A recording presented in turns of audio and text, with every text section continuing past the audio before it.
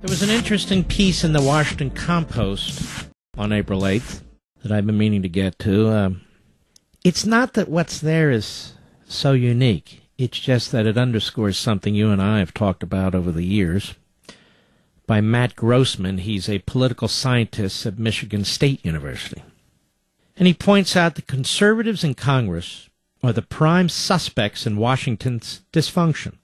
Veteran congressional watchdogs Norman Ornstein and Thomas Mann, two leftists, by the way, called the previous session the worst Congress ever.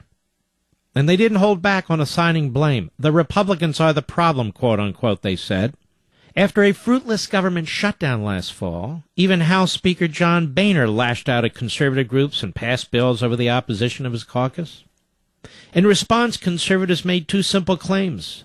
Most policies under debate are liberal, and Republican leaders sacrifice conservative principles when they compromise. History shows they are right on both counts. That is, most policies under debate are liberal, and Republican leaders sacrifice conservative principles when they compromise. See, I talk about this in the sense of the trajectory. It is moving in one direction and only one direction, sometimes faster than others, right now at breakneck speed. It is the liberal policies that are always up for debate, the minimum wage, the Fairness and Payment Act, inequality, the Voting Rights Act, and so forth and so on, not conservative policies.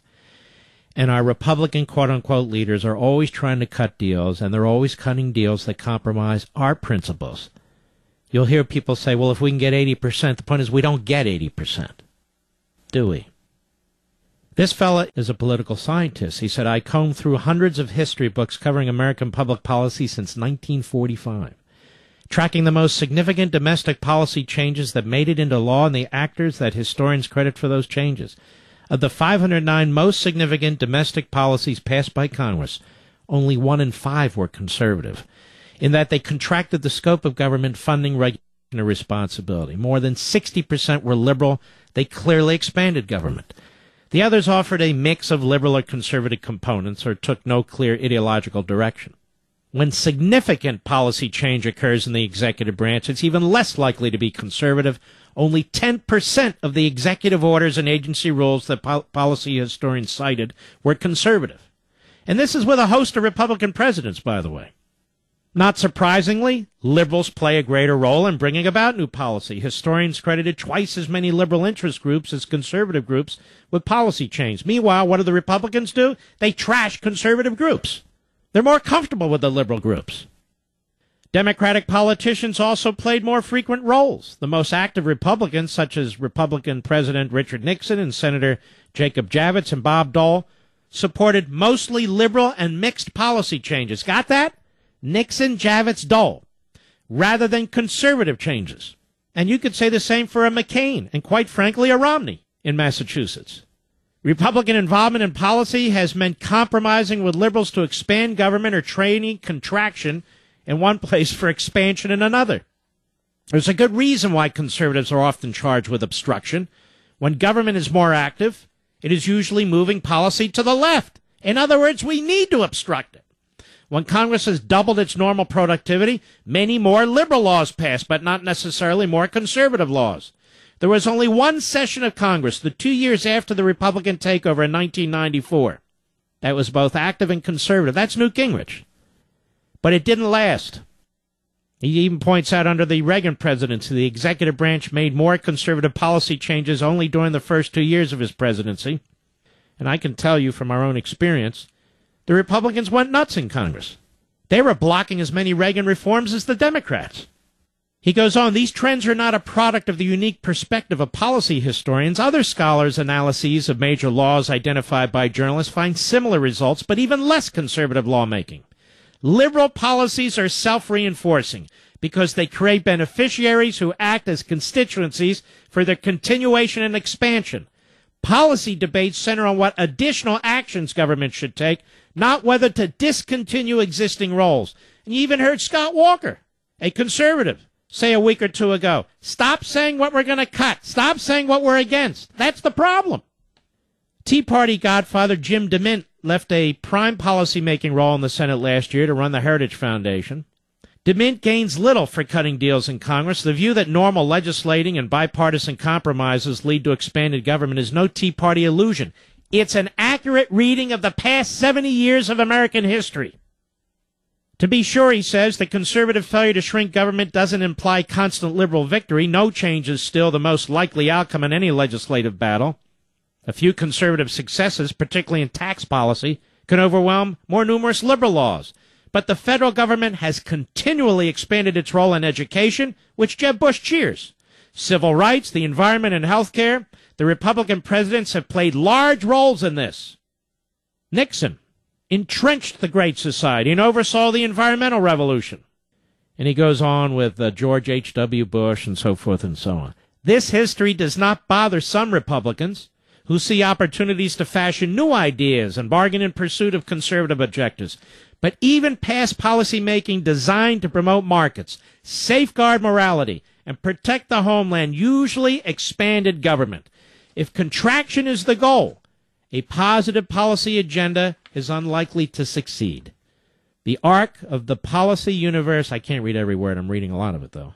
The arc of the policy universe is long, but it bends toward liberalism, and I call it this trajectory.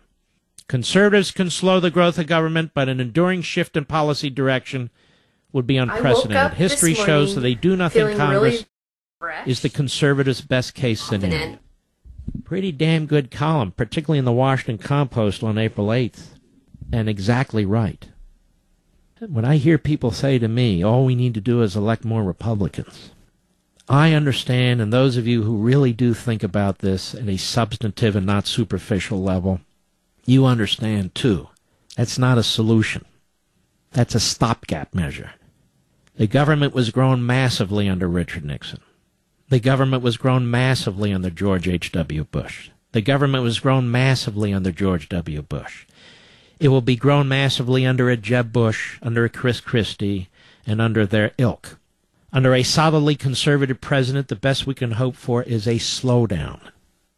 There's only one answer to this. There's only one answer to this, and that is to reestablish our constitutional system. Or we're going to go in one direction, and I say it time and again, the trajectory's in one direction. And that solution is the convention of the states and the state legislatures, removing some final decision-making power, particularly in certain exceptional cases, from Washington to an aggregate of the state legislatures. Otherwise, this won't be stopped. It will barely be slowed. You even hear Republican governors, not state legislatures, Republican governors giving up.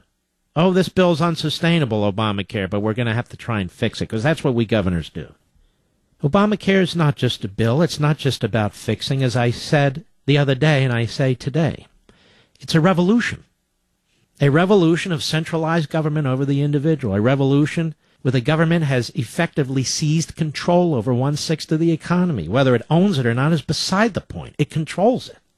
And so it controls what goes on in the patient's room with the doctor. It controls what goes on in the hospital. It controls what goes on with you and your insurance company.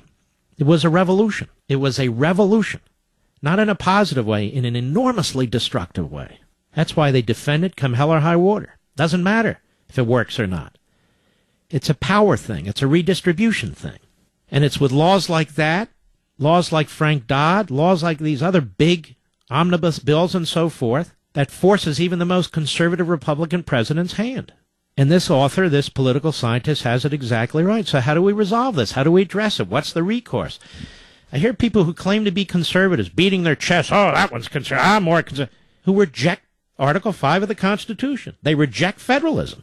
They reject the framers of the Constitution, including George Mason. They take Madison out of context.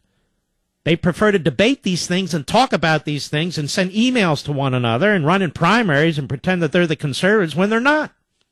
When they're not. This is not going to slow down in any significant way. We are headed in one direction.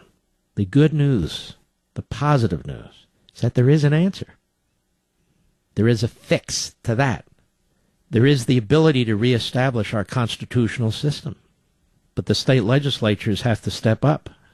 We don't need all of them. We won't get the dark blue state legislatures. Most of them are sellouts, and they like what's going on. I'm talking about the others. They're going to need to step up, and in my view, they have a constitutional duty to do exactly that. as citizens of the United States as well as state representatives and state senators.